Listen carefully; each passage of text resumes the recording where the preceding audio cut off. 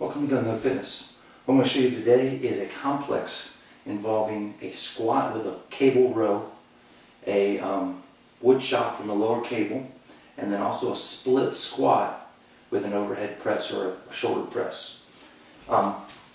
First exercise, we're going to attach a lower cable, band, whatever you have. If you're at a cable apparatus, you'd set the weight to your desired weight, and you'd hook a straight bar to the D-ring of the lower cable apparatus. You bring down the pulley system and attach it to the lowest possible setting.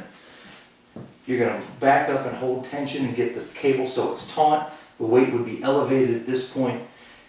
Reason being is you want to keep that tension there so as you go into the squat, it's going to help you maintain your balance so you can keep a good proper squat position. So as you squat, the arms are going to come out in front of you, and then as you come up, you're going to pull in.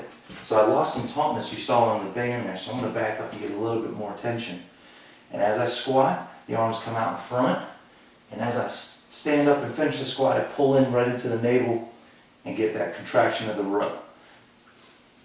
And as you see, I'm using an underhand grip row. That just allows me to get more flexion in the shoulder joint and more depth in the elbow, so I get a better squeeze in the back of the shoulder blades.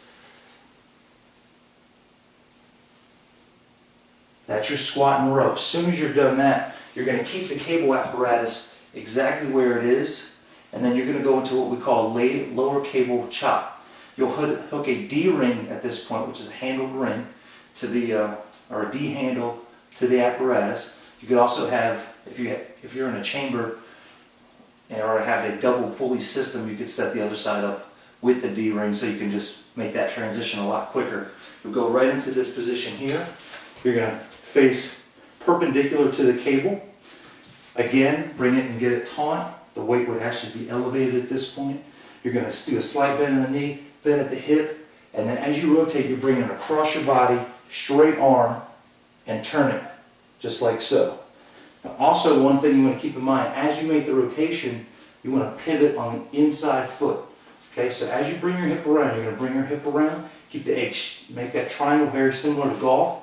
We don't want the arms to bend. We're going to bring a big straight arm around. As you rotate that hip, you're going to pivot on that foot, the inside leg, as you bring that hip around.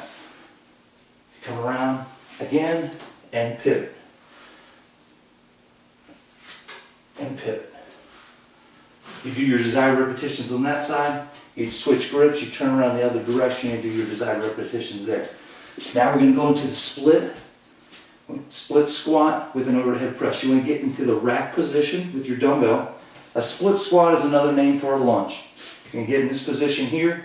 As you drop in, you're pressing up. Do your desired repetitions. Switch hands. Now in this position, I'm doing, my lead leg is the opposite of where I'm putting my hand grip or where I'm having the dumbbell placement. Totally your option. Just switch it up. You can just go same.